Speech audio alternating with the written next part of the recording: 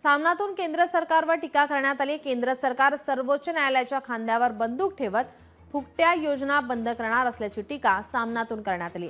एकेकाळी केजरीवालांवर मोफत योजनांसाठी रेवड्या वाटपाचा आरोप करणारे आता रेवड्यांचा वर्षाव करून निवडणुका जिंकू लागलेत अशा शब्दात सामनातून मोदींवर टीकास्त्र डागण्यात आलंय।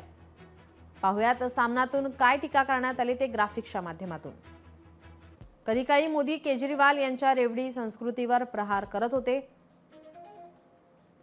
तेच मोदी आता योजनांवर नाही तर रेवड्यांचा वर्षाव करून निवडणुका जिंकू लागले। सर्वोच्च न्यायालयाने कान टोचून आता त्याकडे लक्ष वेधले आहे।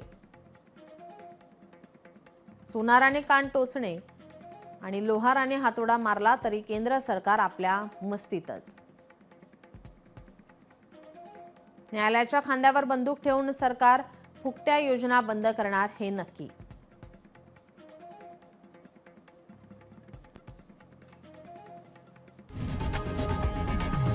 लोकशाही मराठी ऐका, पहा, जागरूक रहा।